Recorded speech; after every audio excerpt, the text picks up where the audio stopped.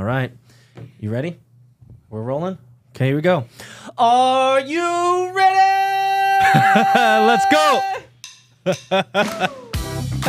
Let's go. Good morning, good afternoon, good evening, wherever in the world you are. Welcome to the Matt Kim podcast. I am Matt Kim, and I am joined by my wonderful host of the Free Thinking Thursdays. Although we rarely release our episodes on Thursdays, maybe we need a new name. I'm joined by Peter Saddington. What's up, buddy? What's up, guys? Are you ready? Let's go. So much to unpack.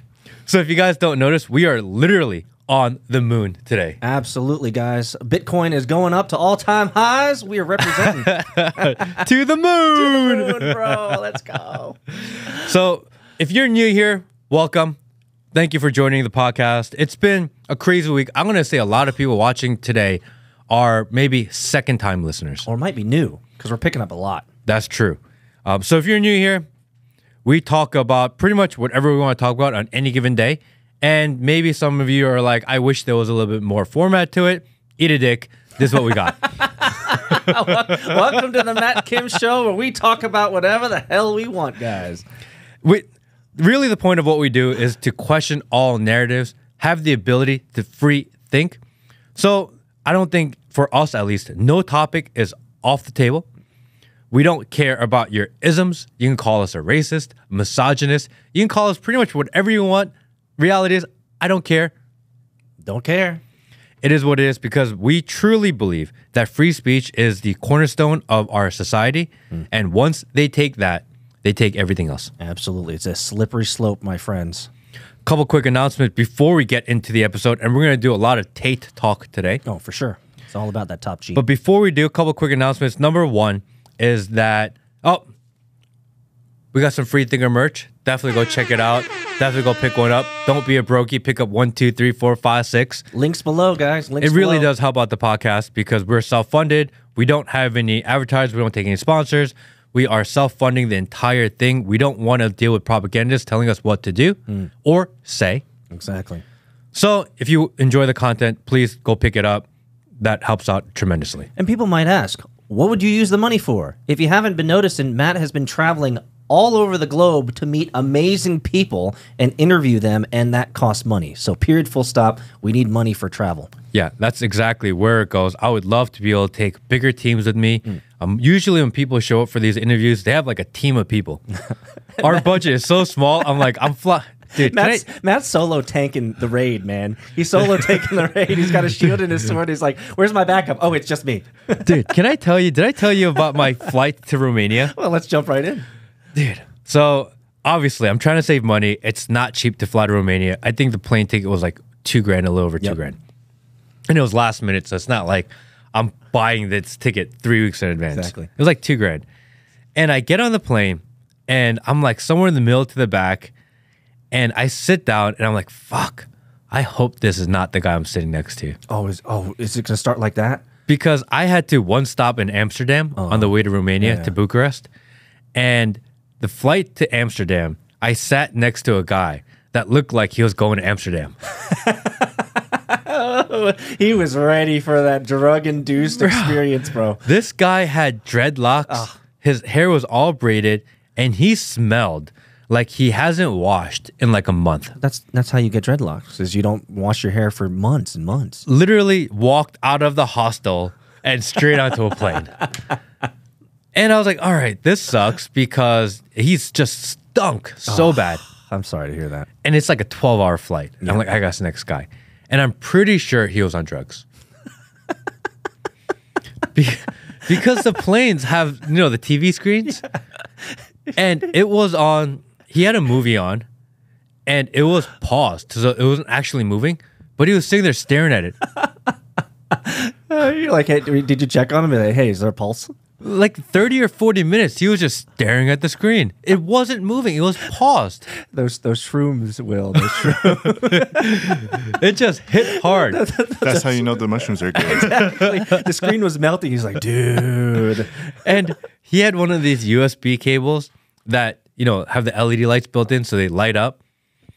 So next to me is this guy that stinks with his dreadlocks, that looks like he hasn't washed in over a month, staring at a screen, having his own rave in his mind. And the light is just blinking the whole entire flight. So the only thing I have to ask is, was he listening to music and all you could hear the entire flight was...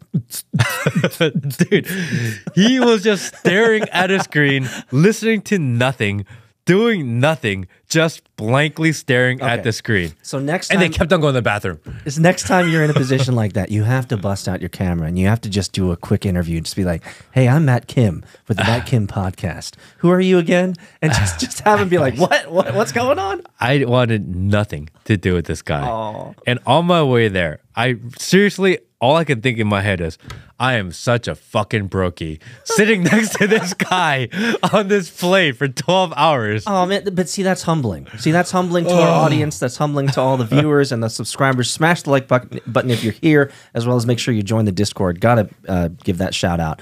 But that shows the humility of the Matt Kim behind the Matt Kim podcast. You're willing to fly with the cattle. Dude, So that's why he needs sponsorships, guys. That's why you need to buy these T-shirts so he can at least upgrade to at least, what is it, Delta Comfort? At least comfort or something. Get me out of the back of the bus because it's a long flight. Usually if I'm going on a longer flight, I'll try to upgrade as far as I can. Yeah. But this was so last minute. And a business class seat to Romania for that trip. $6,000? 15 grand. Get out of here. Twice that? Oh my gosh.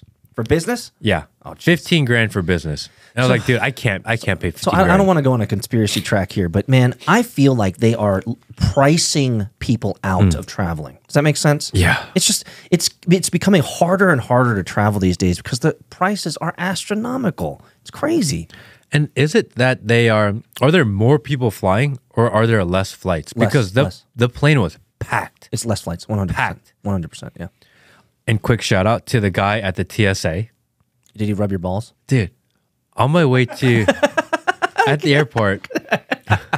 Did you give him a tip? Every time the TSA guys like start touching me, I don't know what it is, Matt. I'm sorry for cutting you off. Get hard? I didn't say that, but maybe I am now. Will. No, every time they start doing that stuff, there's something in me. Maybe it's the sin in me, but I just want to make it worse. It's just like, and then I'll look down at them and be like, hey man, as long as you're touching me, I feel like I need to give you a tip, and that makes it so awkward, you know. But just the tip. Guys, not safe for work. If you're here, welcome to the Matt Kim Show, where everything is on the table and nothing is off, for sure.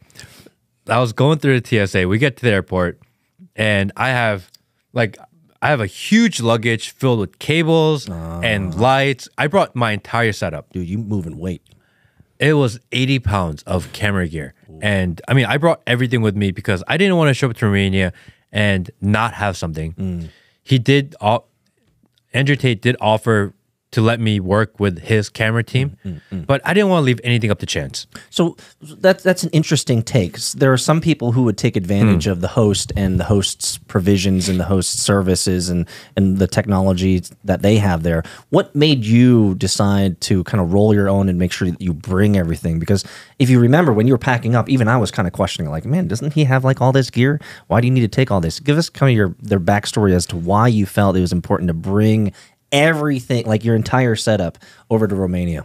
Well, I think it's two things. Number one is that if you're going to go for such what I consider a really big interview, really big conversation, no mistakes type of thing. I don't want to leave anything for chance. I know my gear, I know my equipment, I know how to work and operate all of it. And even if I had to, in the worst situation, I can troubleshoot and figure it out on the spot.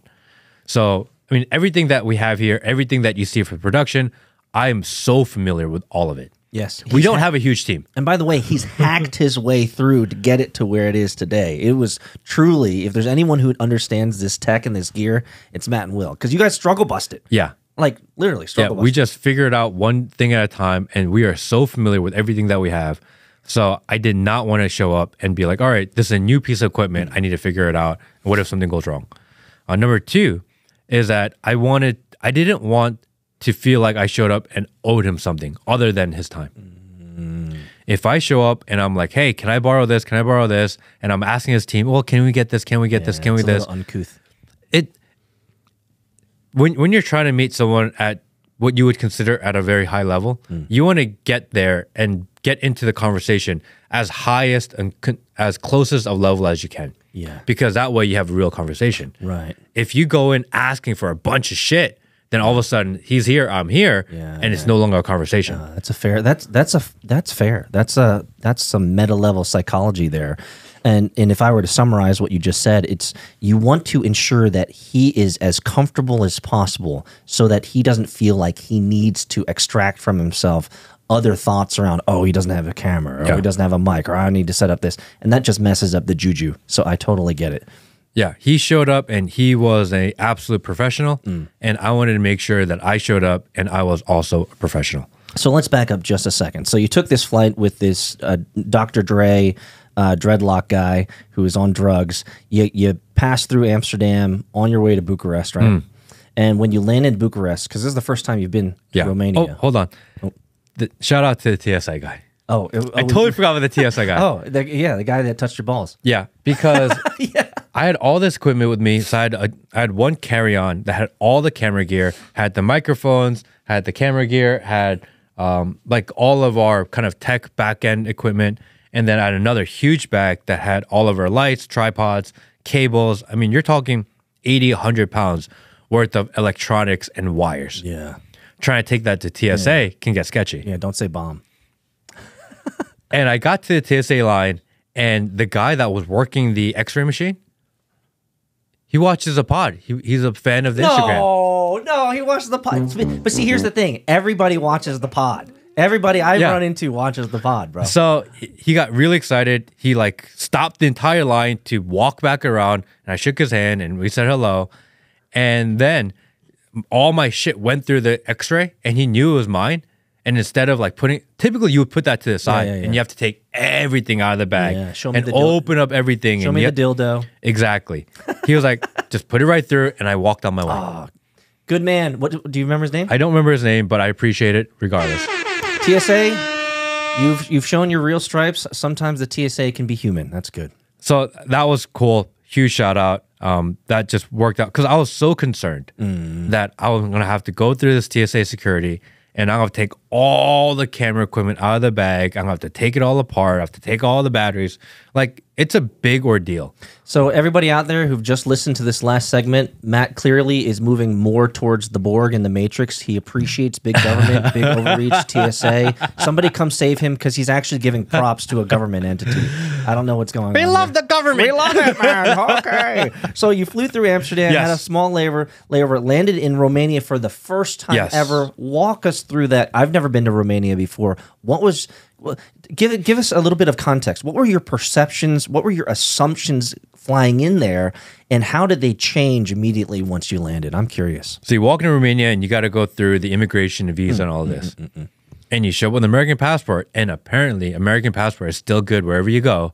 Because as soon as they see an American passport, like, okay, you're here. And you're gone. That's because like money. Yeah, nice. This guy's here. Guy's coming in.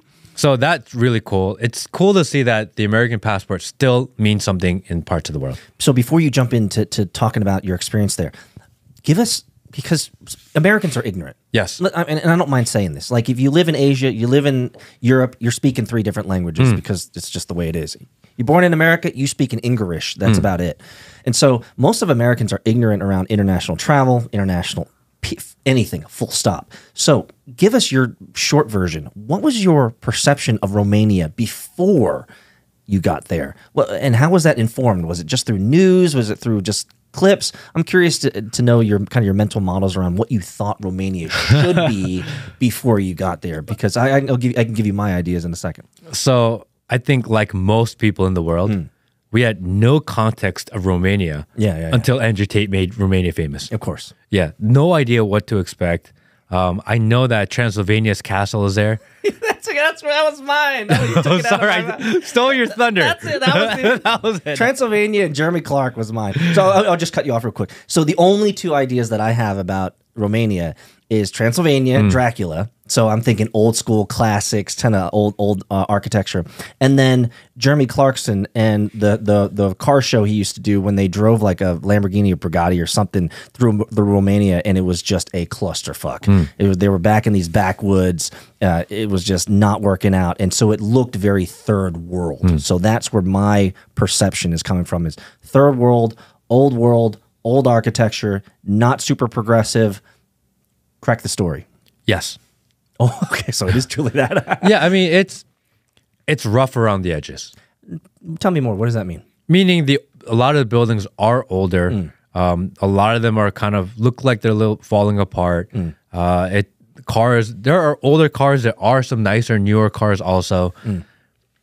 It's like going to a foreign country. Okay. It's not USA. It's not maybe China or Japan. Well, it's not or big one of these. cityscapes, right? It's not. It's okay. I mean, I was in Bucharest. I didn't leave Bucharest, so I was only inside of Bucharest. It's a small city. Everything's just a little bit older. Did you get any opportunity to eat some of the food? Check out some of the cuisine? No. Oh, man. Oh, Didn't have time. We ate at the hotel. That's like pretty much it. I was there for 2 days. It was in and out, and the first day was all set up. So talk us through. You jumped in. You got into the airport. You passed through immigration, and they meet you at the front, right? no, we just got a taxi. A taxi. Okay. And the taxis are small, and I have this huge luggage, so I'm like cramming it in, and we're trying to figure it out. And I'm pretty sure the first cab driver charged me way too much for my first cab ride. It is what it is. Probably. I don't really care. Actually, no. Do I care? I care a little bit. Well, I care about getting ripped off a little bit now that I thought about it. Yeah, but as long as especially when you first get into a foreign country, if they charge you a little bit more, but you get safely to your first destination, it's kind of it's kind of worth it. it's kind of the assumed tax that you incur, right? I remember the first time I went to China and I got into Shenzhen, and we got into a cab, and the guy just drove us around in circles. Oh, dude, I've had that for shit. like hours. I had that shit happen when I went to Shenzhen. And he's like, I can't find the hotel, and they don't speak English, and he kept on stopping at the different hotels to talk to the manager at the hotel to try to communicate with me, because this was before Google Translate. Oh my gosh, dude. And after like 2 hours, I'm like, bro. 2 hours? bro. And this is before Google Translate. This is before you had international cell phone coverage. So I have no idea if the hotel I'm supposed to go to is supposed to be close to the train station or not. Blind faith. Well, you made it out. So in Romania, when they take me straight to the hotel room, maybe they charge me 50% more. I made it safely. I didn't get taken. Because these are things that you think about. I have some unusual skills that I'm going to use against you. I don't know anyone in Romania. I've never been to Romania. I've never communicated with Romania. And the reality is, I don't know Andrew Tate that well. Well, yeah, you're kind of flying by the seat of your pants here, man. Let's go over how you actually got the interview, because that was a topic that was brought up a lot last night during the live chat. Yeah, we did see that. So how did you get into this game? What made you find your way over to Romania, brother? We just started. You kind of talked about it on the pod.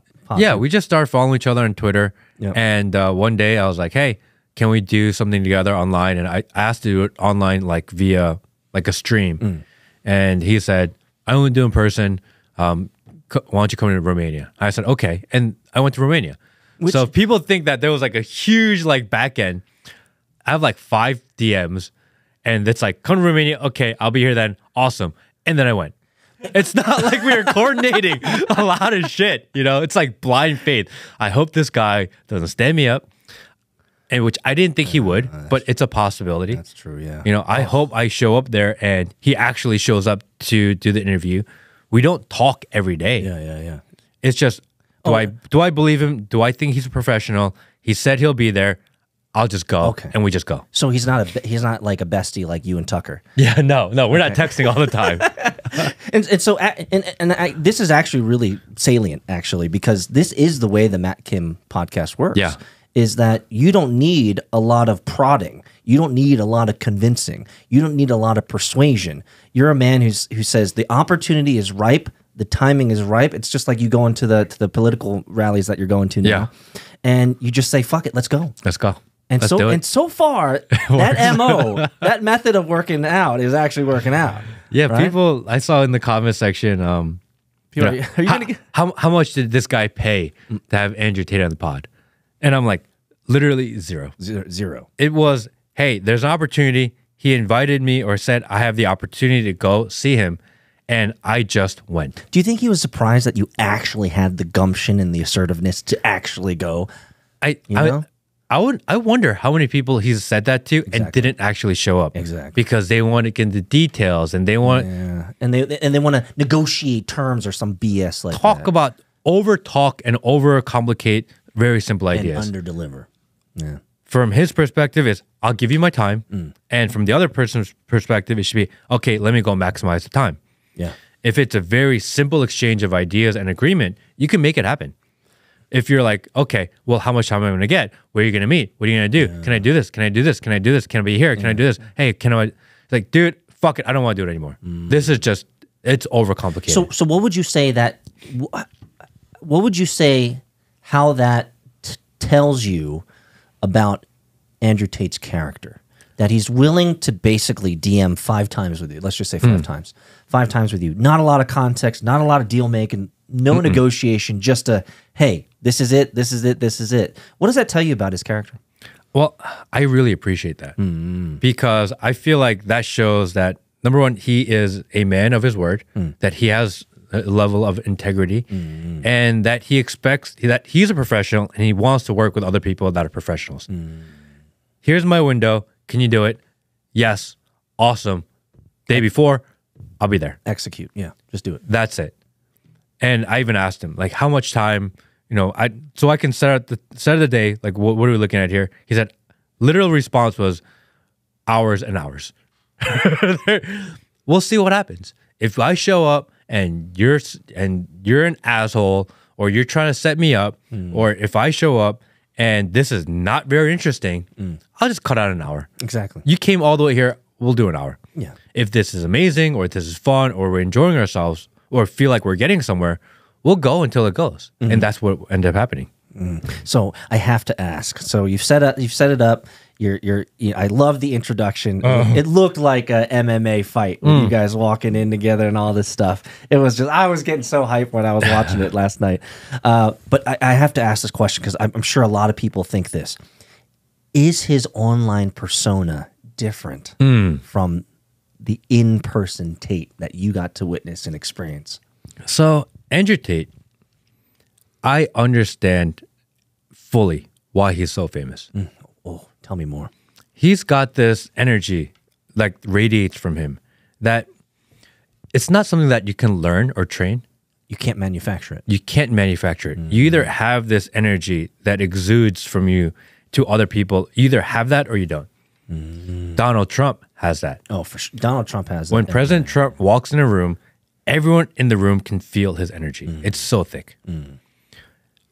After being in a room with President Trump, I want to say number 2 is Andrew Tate. Really? Yeah, I've never experienced something like that. That's not a President Trump. Yeah. He's got to be number 2 on my list. Yeah. Well, because I've been around a lot of famous people, and usually when famous people walk in, you're like, okay, he's here. You don't really feel the presence, but when he does, you do. And I thought that was fascinating because it was so thick. It's just like, holy shit. So I remember we talked about this on a previous episode that you guys need to check out when Matt went up to a rally up north, is that you said something to the effect of, and correct me if I'm wrong, is that Donald Trump, for example, his energy and his influence and the permeation of his energy was felt before you even saw him. Correct. Right? It was like so thick in the room, in the arena, or whatever it was. And so would you say Tate is of a similar energy level where you almost feel him before you experience him? Or is it a different type of energy? I feel it's a little bit different because President Trump has his understanding of crowd. So as he walks in, it's like this wave of energy that flows out. Versus Andrew Tate, which we weren't around a lot of people, so maybe that's the disconnect. But you can feel, as soon as you're with him, like, oh, okay, I know why he's famous. So, like, this guy's a famous guy. And not, I've been around, like, other really famous celebrities before. It's not the same. It's not, he feels famous because he's famous. He feels famous because he's got the energy of someone that commands respect and attention. Interesting. And that's actually a really good point to make, because some people, they are energized by their station in life. They're energized by their position in life. They're energized by the notoriety and the influence and the quote-unquote power that they have. And in many ways, you've experienced this as well because you're a man of business, is that you can almost see through that. Yeah. Because it's like, dude, you became this because of what transpired in your success story. Whereas you correct me if I'm wrong, Andrew Tate already had that energy disposition, and actually it's that energy and that natural leadership, that power, that influence that he has, that actually is the reason why it was easier for him to become famous. Is that a correct? Yeah, I think so completely. Okay. And when we first met, it was really polite, pleasantries. I think he was a really nice guy. So is he the type of guy with that type of energy that he could apply himself to anything and be successful? Yes. Do you think? Okay. Oh yeah. Because that's the way that I look at Trump. The way I look at Trump is and people, you guys can throw poo all you want like monkeys, but monkey poo. But let's be intellectually honest, dude. Donald Trump could apply himself to almost any industry in the world and do well. Yes.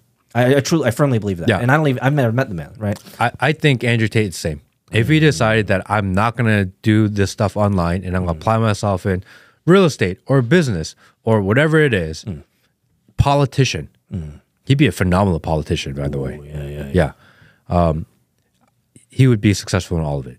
It's just a certain energy that people have, the certain drive, and the ability to articulate, which is crazy. Right. So here's a question, because I have lots of questions, but let's just say there are some women who would say that he comes off rough around the edges. He comes off as terse. Maybe he comes off as a little curt. Maybe a little bit overly aggressive. Did you feel like that is true, or is that just the way he is?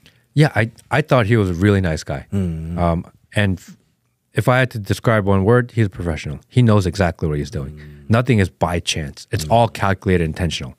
And he also understands, being a professional, he understands camera. He understands nuance. He understands words. He understands that some ideas can be said in a certain way to be more polarizing, but it's more clickable, and it's all part of it. And I'm not going to say it's all part of act, because I find him to be very honest and genuine. I think it's just how he communicates. And he knows that his target audience are men. So he says things in a way to get the men interested.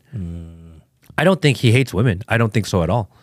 So I don't know. I get why maybe some women may not like his rhetoric, but I think in this time and age of where we are in society with the breakdown of basic masculinity, I think someone like that is necessary. That was my next question. Do you feel like Andrew Tate is a necessary friction in this matrix world that we have? Yeah. Okay. I think it's definitely necessary. And if he was more like us, which is a little more understanding, a little bit more open-minded understanding, and less polarizing in our rhetoric. He has his narratives. He has his points that he likes to make, and he's very good at bringing back conversations to those points that he wants. Yes, you notice that. Yeah. Oh yeah. He has models in his head that he wants to make sure that we get back to. I think that was the most impressive thing about sitting down and talking to him for so long. Because I ask him one question and he'll give 3 points. Yeah. This, and this. And of those 3 points that he makes, I'll find one and pull a thread on it and try to keep the conversation going. Right? That means if I pull on one thread, we leave 2 open. Yeah. But he's good at bringing it back. 1 hour or 2 hours later, he'll come back and close one of those loops. Yeah. That is phenomenal. Yeah. That is super high intellect, number one. Number 2 is that he has to be an extremely active listener. Yes. You can't do that if you're not listening, because he'd be like you said 2 hours ago. Yeah. And bring that point back. That's crazy. There's not a lot of people in the world that can do that at that level. Great at listening, great at active listening. He's great at bringing points back. He's great at keeping the conversation going. What would you say is, other than that being impressed there, what would you say is the thing that surprised you most about the persona in person versus what you see online? Because online can be kind of bombastic, right? Online can be very like, whoa, in your face. He seemed not reserved in their conversation, but he seemed very comfortable. So I'm curious, what was the thing that surprised you the most about your time with him? Well, I think that was really the intent and plan to try to get really comfortable in the first 15, 20, 30 minutes so that he feels like he can be who he wants to be and choose who he wants to be. Don't you think he's going to be who he's going to be anyway? No, because if you've seen some of the other podcasts he's done in the last year, it's either he's very reserved and statesman. He has a toned down version, yeah. He has a toned down version. Yeah. And then there's a version of him when he's with his brother on the stream. which is kind of a more fun, relaxed version. You don't see a lot of this you don't see a lot of this 2022 Tate back. You know, although I think it's coming because he did a couple of recent interviews and they've been very serious. Well, I appreciated what I loved about watching your 4-hour conversation. That's what it was. Is that the entire thing was a conversation. There was no hard trying to market stuff or trying to prove points there or trying to be inflammatory for inflammatory's sake or trying to be, you know, viral. It truly seemed like it was just two guys who clicked. Things made sense. Conversation seemed natural, and I loved listening to it in the background when I was working yesterday. It was just because everything that you guys were talking about was worth listening to. Yeah. Is that fair? No, I agree. I think it was phenomenal. I think he did a really good job. And we went a little bit over 4 hours. We took 2 bathroom breaks. We drank 5 pots of coffee. The one thing I did notice was the changing of the glasses and the things that you guys were drinking over that time. Yeah, we had 5 pots of coffee. That's all we drank the entire time. Just coffee and coffee and coffee You didn't and get a coffee. migraine after all that, did you? I mean, I couldn't sleep that night because I drank so much damn coffee. The jet lag plus all the caffeine, like I didn't sleep. But was there any topic that you guys didn't get into that you wanted to dig into? Because you guys covered a lot of ground. I had an entire list prepared of topics, maybe 30 topics on there, because just in case we stall somewhere or I need to figure out where to go next, I had all these topics prepared. I think I looked at my notebook once. Oh yeah, and I before that's when you know the conversation is going well. Yeah, and before I asked him, "Is there anything that you absolutely don't want me to talk about?" Ooh. And he was like, "Dude, I don't care." And I was like, "Okay, I'm gonna be honest. I'm not gonna ask about the court case or the trial because you've talked about a lot, and I don't want to waste my time doing it." He's like, "I agree. I think it's boring now." Yeah, so, agreed. Other than that, I was like, "Okay, here are my notes. This is what I have." And he's like, "Okay." And we went. And I think I looked at it in the very beginning when I did my stupid disclaimer. Yeah, that was funny though. That was funny though. I think that was really good. He liked that. He liked that. That almost immediately It broke the ice. took him off guard. Yeah. Because in the beginning, again, we don't know each other that well. Yeah. He's like, "All right, like, where is this gonna go?" We just kind of did our pleasantries and we said hello and we did a little bit of small talk and where are you from and where do you live and basic like boring stuff. This is what we did leading into it. So I thought that was a good way to kind of break the ice and let him know, like, I like ideas, but I'm not here to like grill anyone. I just want to have a conversation. And I think that, because as soon as he just started busting up laughing. Yeah. I was like, okay, we're in a good place now. That disclaimer I thought was well played because that changed the context of the conversation to like, okay, this guy's like, Yeah, he gets it. Say less. That's it. Yeah. He gets it. He gets it. And that was really the goal. I just wanted to know, because I don't know how much of our content he's consuming. I don't know. He's probably not sitting there watching every podcast. He's not sitting there watching every reel. He just, every once in a while, it may pop up and he's like, okay. Well, he did say he saw you that one time and then he sees you all the time now. Yeah. So it's just in his feed and he may check it or may watch it a little bit, but it's not someone, I don't think he's actively engaging in our community. I don't think he's hanging out on our Discord. And if you are, what's up? What's up? Come to the Discord, man. Yeah. Come on, Cobra Tate, let's go. But I don't think he is. So I wanted to just let him know. Because a lot of the clips that I have that go viral, they're kind of serious clips. Yeah. So he may be like, all right, maybe I'm ready for like a super serious conversation. Well, that was actually one of my questions is, from your conversation, where do you think he's going to head next? Because I have to absolutely believe that in the background, he has so much inbound, right? And he's talked about inbound from advertising and all the stuff that he says no to, whether it's true or not. Who cares? I'm sure he gets a lot of it.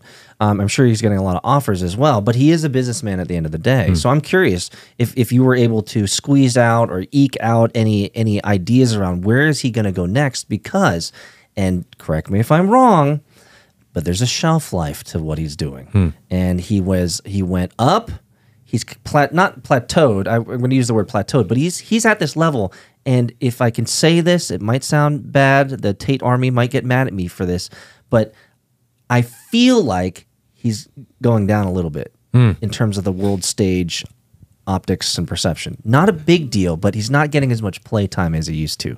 Is that fair? That's just my perception here. So I'm wondering, where is he going to go next? What is he going to do next? What's his next big play? And I was hoping you'd ask that question. So I think for a lot of things in life, when you hit a initial big boom, you're going to hit a drop and normalize. Of course. I think he's normalizing and now he's preparing for his next boom. Oh. Right? Because that's how stocks work. That's how Bitcoin works. That's how we work. Not wrong. Is that you hit a boom, you normalize, and then you go for your next peak, and then you normalize and you hit the next peak. I think he's actively trying to hit his next peak. Okay. So I wouldn't discount him. I don't think. What do you think he's going to do? I think this He idea... can't be doing more cam girl stuff because that's I think this idea of free speech, this idea of masculinity and normalization of really fringe ideas among society, and the fact that he refuses to back down to people telling him he can't talk about this stuff, I think that's his hill to die on. I don't think he gives in. That's all. There was the last maybe 5 minutes of the conversation. I asked him when he was talking about, oh, maybe they're gonna kill me or whatever, and I said, you can't do that. Yeah. You can't say that, bro. And you can't say that. And he looked at me, and this is the moment that I think was the most serious moment, because he leaned in and he looked right at me, and for that moment, I 100% believed him when he said, maybe I'm willing, maybe I want to be a martyr. Maybe I want to go to jail. Maybe this is going to immortalize me forever. And at that moment, when he was looking right at me, I could feel it. Like I got chills in my body because it felt so real. This is not an act. So he 100% will die for this cause. I believe it 100%.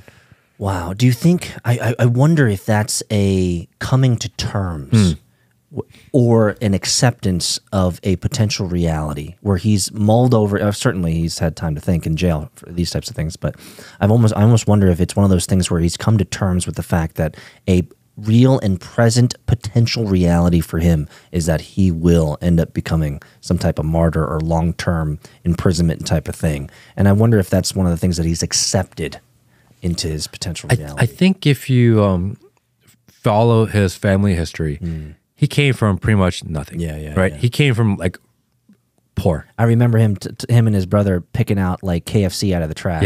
Yeah, they were poor. Yeah. And some people want to criticize the way he made his initial money. When you're that poor, yeah, fuck off. People do things to survive. Exactly. I get it. Again, morally, would I do it? Probably not. But am I going to crucify the guy over it? I'm not. I'm just not. And we'll talk about Romania, sex in Romania in a second here. But going through that, I feel like to him, the most important thing is his family name and who he's become and his reputation. And I think he's willing to die to protect his legacy, which is that I am a guy that never backed down. And I truly believe that he won't back down, because if he does back down, it will ruin what he's built, which is that he doesn't want to be remembered as this rich guy.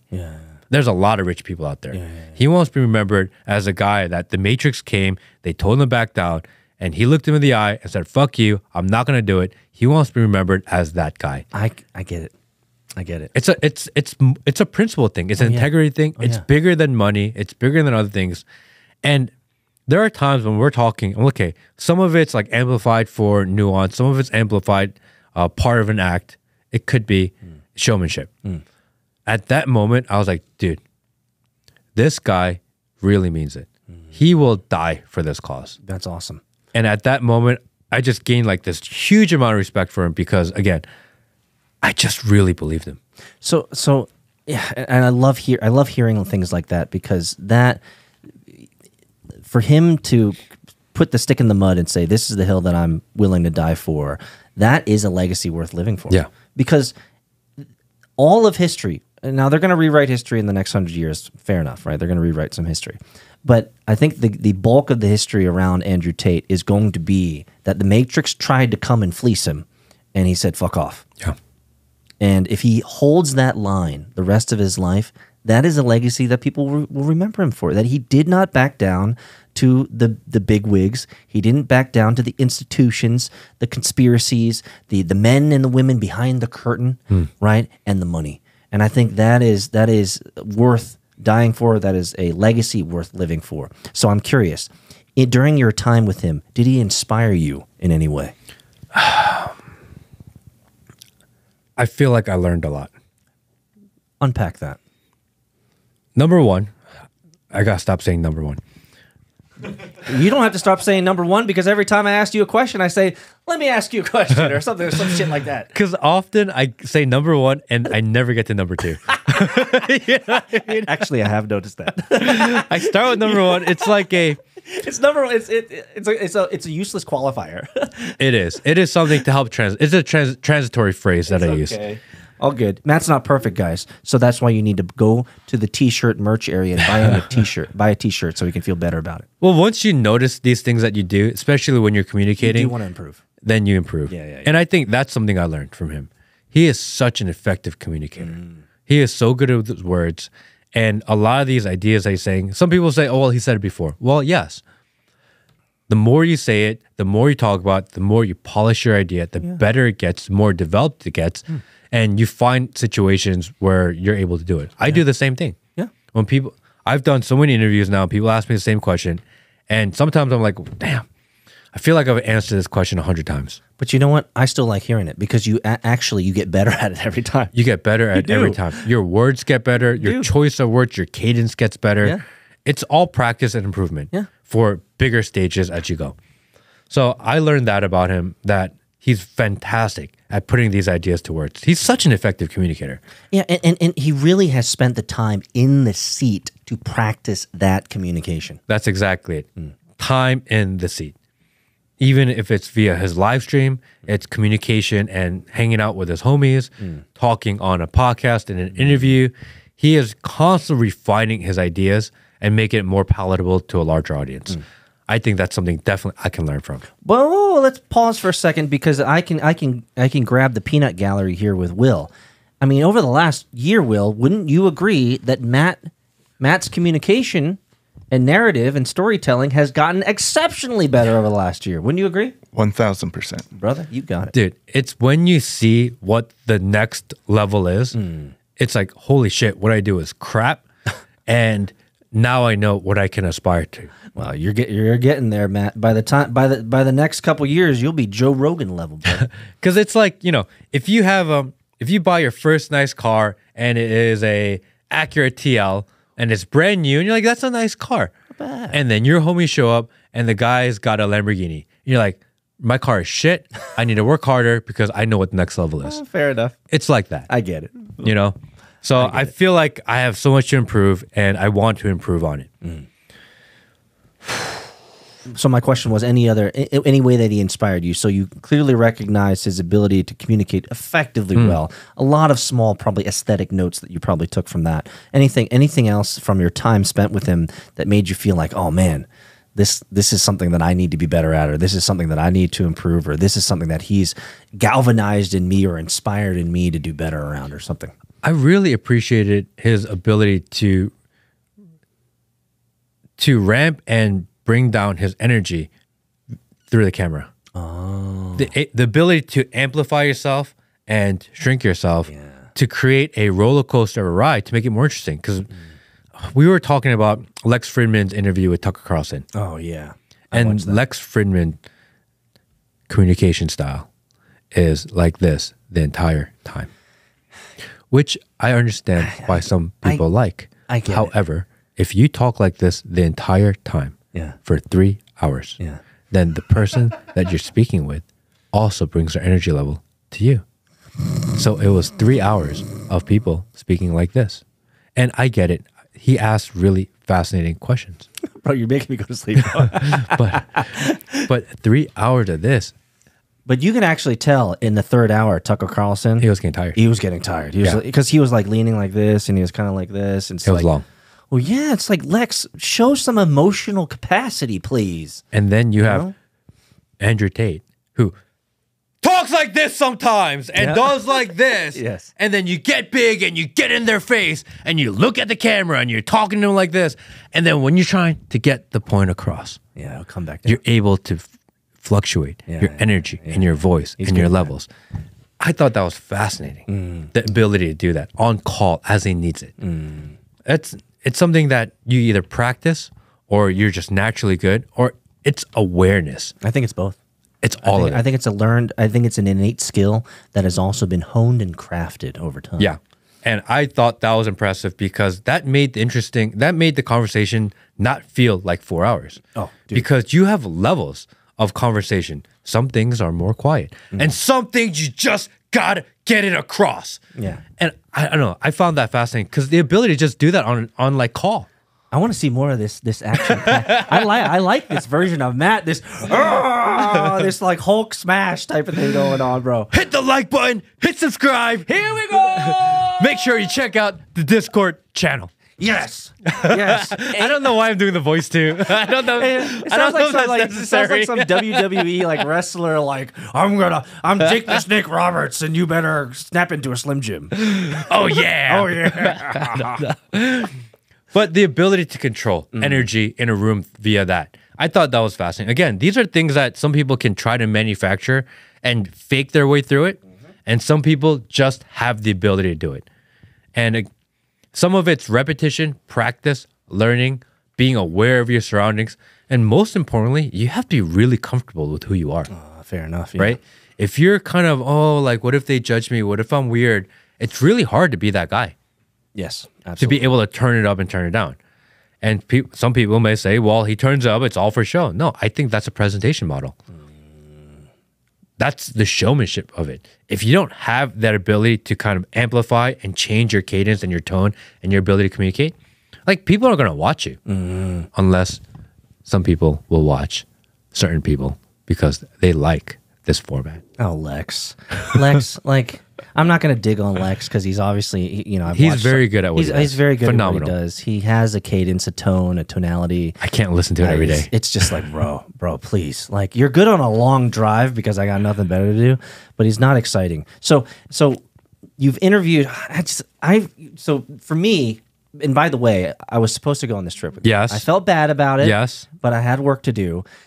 I felt a little bit of FOMO because once I saw you were there, I was like, fuck. Should have went. So I had a moment of just like, little pangs in my heart of saying, damn it, I probably should have gone.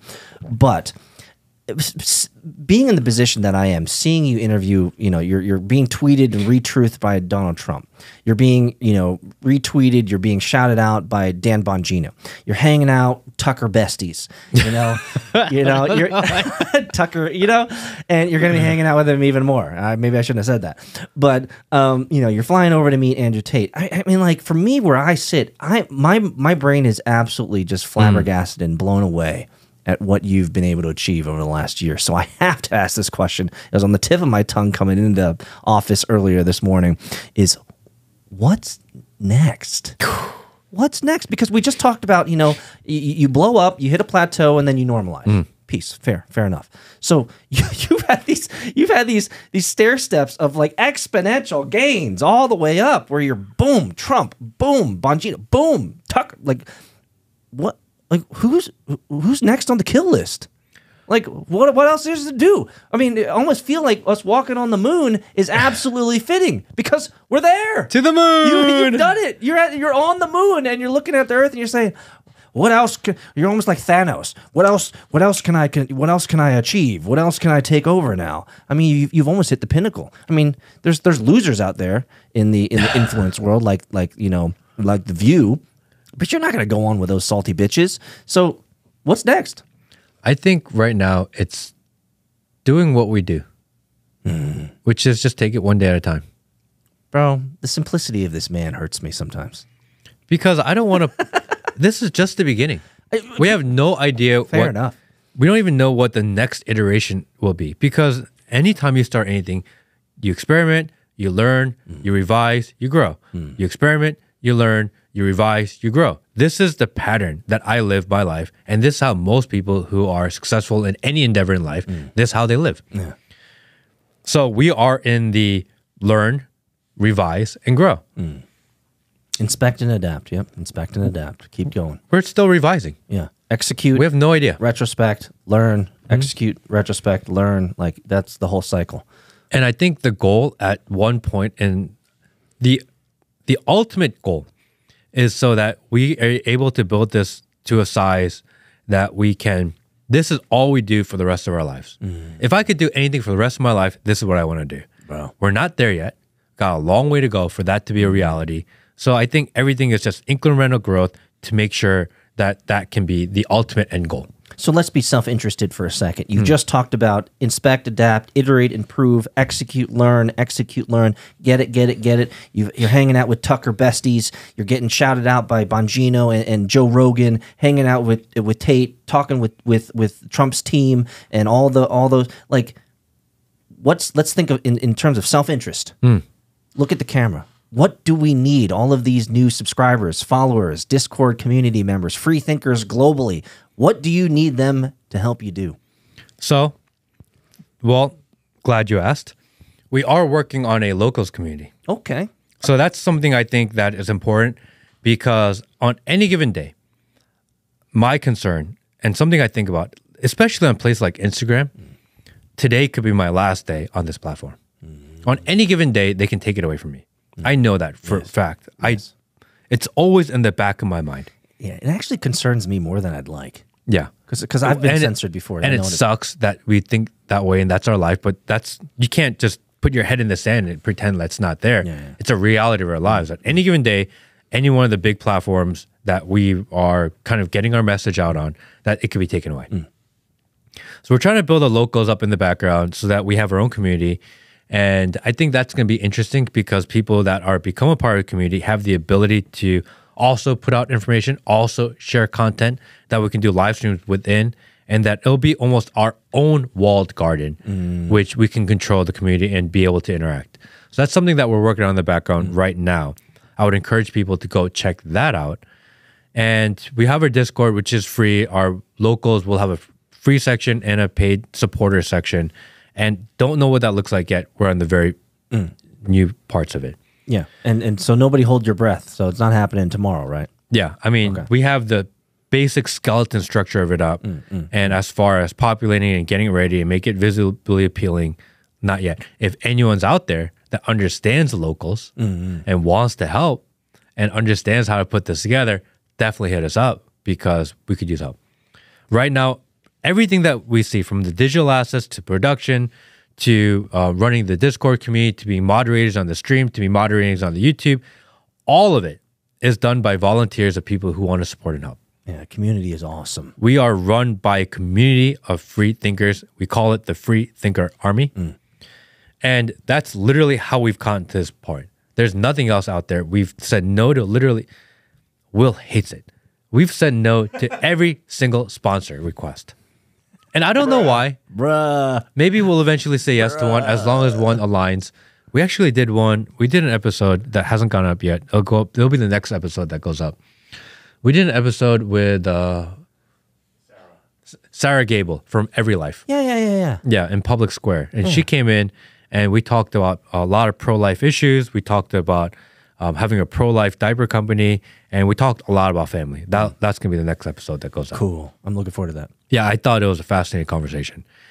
And since she has a diaper company, she said, here's a promo code. And make babies, guys. Make more babies. And if you give your promo code out, and then you can get a commission based on whatever sells. Like an affiliate program. Most people have affiliate programs. No big deal. No big deal. You're helping other people out. That's good. And what I told her was, can you take any potential earnings from the affiliate program and can you donate to the pro-life causes that you already donate to? Well played. I was like, I don't know how many people are going to buy diapers through me. And if you do, like, I like their cause and I like what they're working on.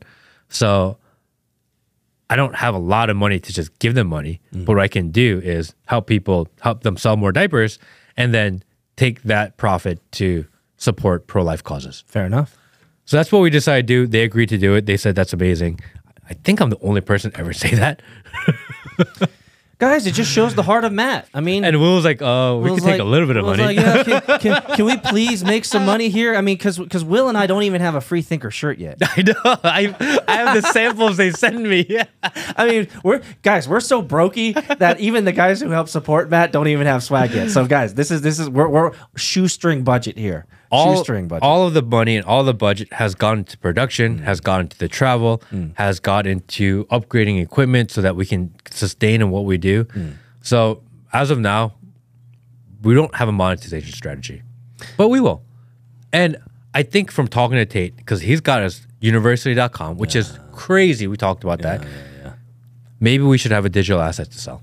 And we talked about that today. We did. Maybe we'll create an ebook. I think something that I'm thinking about is I'm going to create an ebook that talks about everything I've learned about the production of podcasting and clips and streaming and how to make that happen and make that into an ebook and sell that. If you lasted this long in the podcast, let us know in the comments below or in Discord or Telegram. Let us know if this is something you'd be interested in Matt putting together.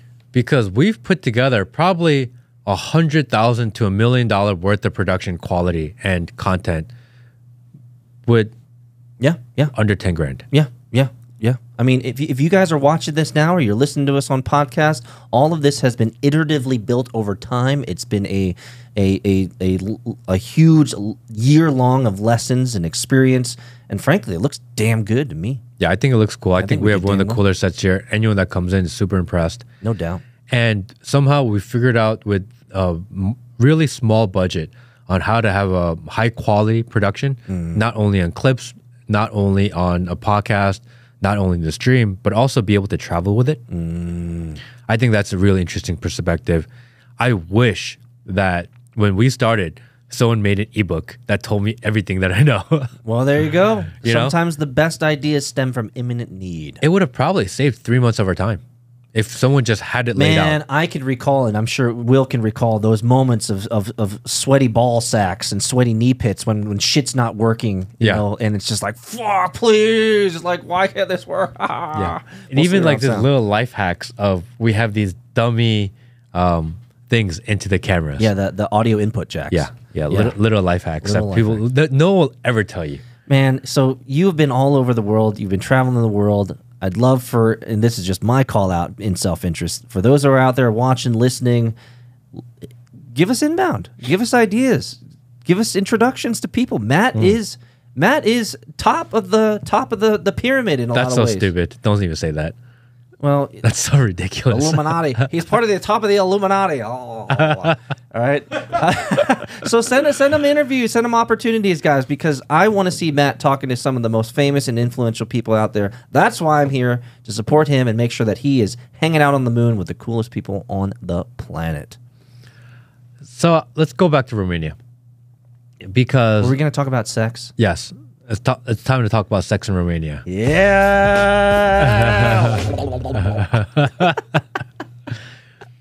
Because he is accused, Andrew Tate is accused of human trafficking.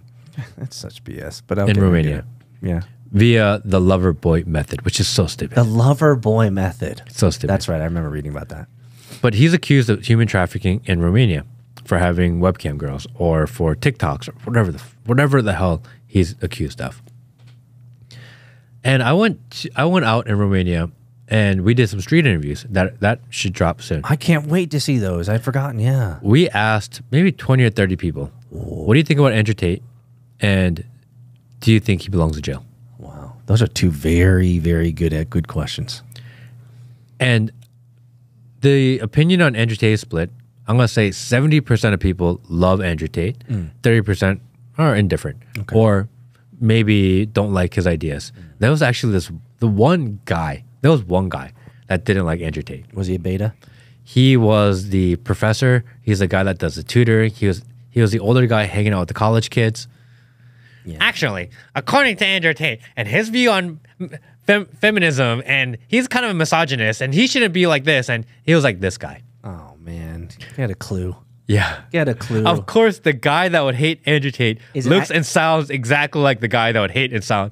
And of course, he's a professor at a university. He's an academic who... Actually, the feminism... I was like, oh, bro, this guy. All those university professors are living in theory world. They're living on Reddit, dude. They live in these alternate realities where nothing's real, dude.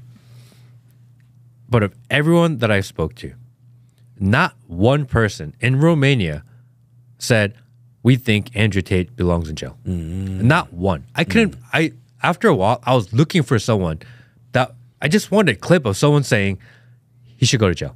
Yeah. I couldn't find one. I talked to taxi drivers. I talked to people in the hotel.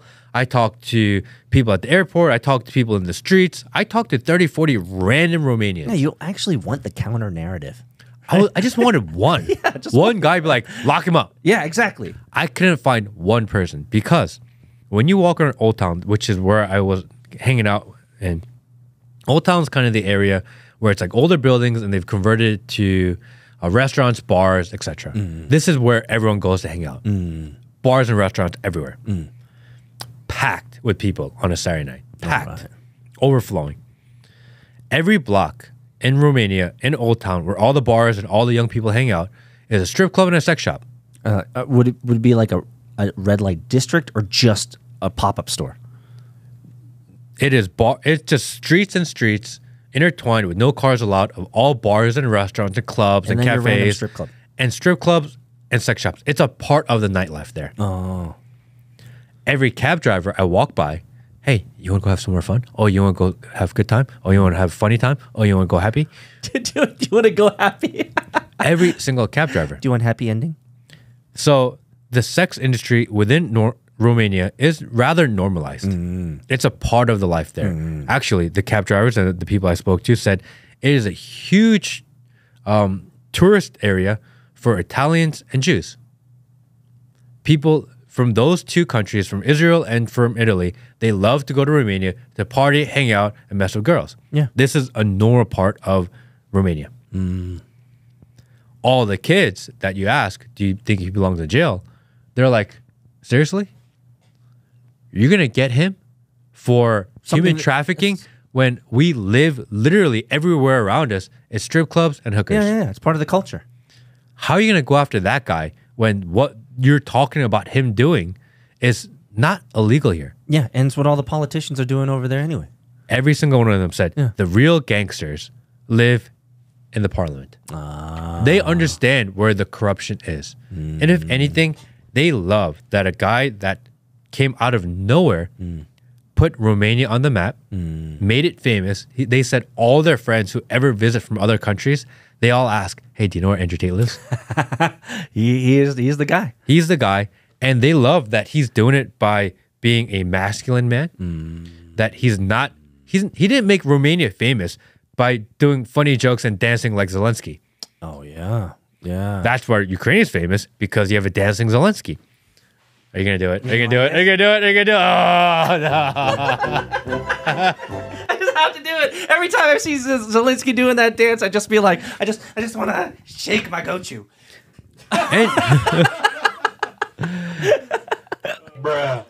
Andrew Tate made Romania famous by being a man, by doing cool shit, Did you see and that? saying cool things. Did you see that? He's like, are you going to do this? Had to do it. Can't refrain. Oh, Sorry, shit. I'm, It's like Borat. You don't want your country to become famous because of a Borat movie. Yes. Right. You don't want to. That's You don't Zelensky. want the most famous comedian out of Korea to be Bobby Lee. You know what I mean? Or Ken Jeong, or something like this. Yeah. Like at least the most famous person out of your country is doing cool man shit. Gay. So they all absolutely love that. Even if you didn't agree with him, you like the fact that there's a sense of nationalism that people had. And even if he's not Romanian, they're just happy that they're now in the international conversation. And most people throughout the world at least have heard of Romania. Yeah, absolutely. So he's put him on the map for good reason. Yeah. So I thought the response to him was fantastic, very surprising. And it was really hard to find someone that didn't like him. And the people that did, again, no one thinks he's in jail and what one guy said to me was, maybe what he did is illegal in USA. Yeah. He's like, I don't know. I don't live in USA. I don't know the USA law. Maybe what he did is illegal in USA. It's not illegal here. And that's crazy if you think about it. The people that live in the country where he's accused of his crimes don't think what he did was wrong or illegal. Or a crime.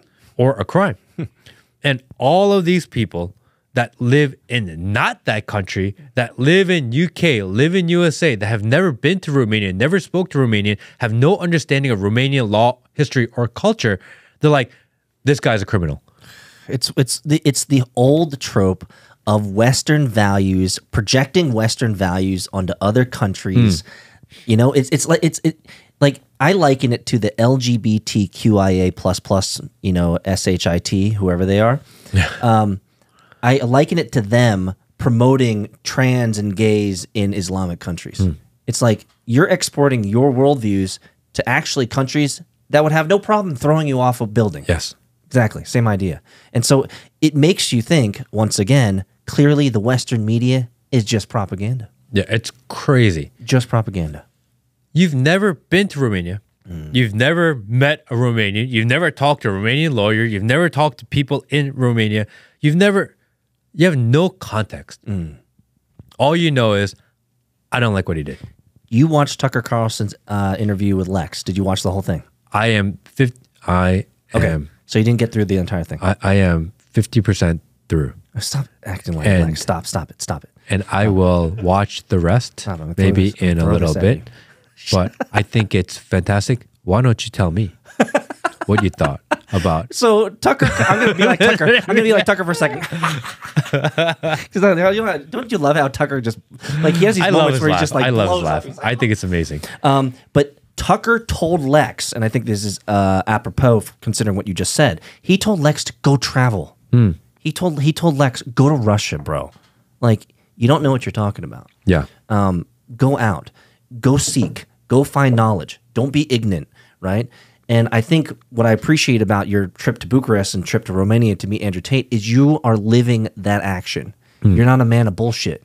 You are willing to go travel to see the different sites, see the different perspectives, see the world out there, so that you're not one of these mind virus slaves in America who have been told that Romania is X, Y, and Z, A, B, C. You're just like, well, that's what you said. Okay, great. Let me go check it out myself. Yeah. I think that's the right way to do it. Because at this point in day, this day and age, I think we all understand you can't trust the media. They're all lying to you. It's propaganda. And if anything, it's negative propaganda because they're actively trying to brainwash you. Yes. We understand that. Yes. Then where do you get your information from? Somebody out there has to actually go figure it out or check it out. Yeah.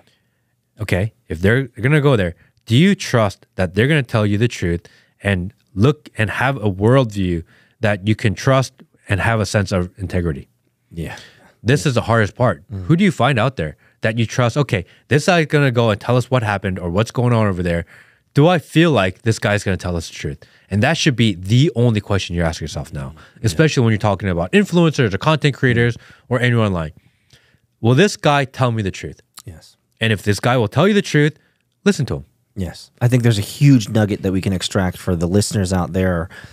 It's just go travel. Yes. Go travel. Go see the world. And actually, bring it back to Lex Friedman and Tucker Carlson. Is Tucker literally told, if I remember correctly, he said the ticket's only like $700 to go to Russia, Lex. Like, go travel. Go see it. It's not that expensive. Really? Yeah. Maybe we should go to Russia. Dude, I'm gonna fuck. You keep talking like that. I'm not getting up. I get it in my comment section all the time. You sound just like Lex. No, you don't. People say it all the time. You guys are full of it. People say this guy's the Agent Lex Friedman. Maybe he has more animated, maybe personality. I am the Asian Lex Friedman. Was that a good Tucker? That was good. So he's gonna be Lex. I'm gonna be Tucker. I love you all. Thank you, everybody. This is a Lex Friedman podcast. Check out our subscribers below. So I think I learned a lot. I think it was fantastic. I'm excited to see where this whole project goes. I think online, we did a premiere for it for the first time, and it worked out really well. 5,000 people. Yeah, we were at concurrent, I think 5,000 people. So hopefully YouTube doesn't delete it. Hold on, let me check. Maybe YouTube has deleted by now. You know? No, it's still on. I think I'm Still getting there. it down. Oh, it's Still still there. up? They haven't censored it yet? Although I have a million messages from people telling me that they're going to make short-term content because everyone's, subscribes to Hustler University. Probably not going to do it. But thank you guys for reaching out. They should just clip. They should just spend the Tate Army should just start clipping that 4-hour thing into 4,000 clips. Yeah, and do it for yourself. Go do it, Tate Army. Do it. Other than that, I think we had a good day. We had a good week. I don't know what's in the plan for future. We are doing a live stream on Tuesday, everybody. So we're going to do a live stream for Super Tuesday. If you're into politics, we're going to do a Super Tuesday live stream. Brendan Dilly is going to be in the house. Ooh. And we're going to stream from here. We're going to set up the set in a cool way. I've never done it before. So trying new things. What time on Tuesday? 6:30 p.m. Eastern Standard Time. We have to start early because, dude, when I was in Iowa for the victory party for Trump, the event started at 8 p.m. It was supposed to be the victory party. And he comes out and does a speech after they release the results of who wins. Once the news calls the winner, he comes out. The party started at 8 o'clock. They called the results and they called the election at 7:30. They called the winner before the party started. So everyone wasn't even there yet. And everyone had to wait, and Trump had to wait because it started too late. So this time in South Carolina, they decide that they're going to have the party and event start at 7 p.m. Because the news starts reporting around 7 p.m. And maybe they'll call it 7:30, maybe they'll call it 8 o'clock. That way people can hang out for 30 minutes, an hour, and then Trump comes on and speaks. It's not very suspenseful. One in minute. South Carolina, they did it in 1 minute at 7:01. They're like, yeah, he won. Okay. Literally, the music starts, the party's about to start, and the screen says, Donald Trump wins South Carolina. Like, what, already? It was, And they're starting playing the music really loud, like the celebration. I'm like, dude, people are still in line trying to get the first drink. You know? it was almost like you could have at least added a little bit of suspense. No suspense. So on Tuesday, we're going to start at 6:30 because we expect results starting at 7. And this is an important one, Super Tuesday, because I think 11 or 12 states vote. Number one. Yeah. Number two, number three. Number two is that if he wins enough delegates on Super Tuesday, the whole primary is actually over. Oh, that's right. I remember reading He can that. actually clean house and end it on Tuesday. Get her done. If that happens, Sweep it. It'll be a huge party. It'll be a fun time. So definitely come check that out. We're going to stream that on YouTube, Rumble. We're going to stream it everywhere from now on because if you cancel us, fuck it. You know, here's the thing, though. You might be getting to a point like Tucker where you're getting so large and so influential that they can't cancel you. Dude, they canceled Russell Brand. Well, they can, if you know what I mean. But sometimes they let it fly because it's like, you know what? It's actually playing into the game. And did they actually cancel Russell Brand or... They didn't delete his YouTube, I think. No, they just he's still up. demonetized They it. demonetized it. And he was like, well, I can't make money here, and he left. Well, Is that right? I think he's still posting on YouTube, though. Right. So yeah, he still has his YouTube. He didn't lose it. Yeah, He yeah. just demonetized. Correct. Yeah, I don't care. He has a deal with Rumble now. Yeah. Oh, okay. Makes sense. Well, Yeah. maybe Rumble. Hey, Rumble. I think Matt Kim's worth at least $75 million. Hit me up. Make it happen, guys. Thank you, everyone. See you next time. Appreciate you guys.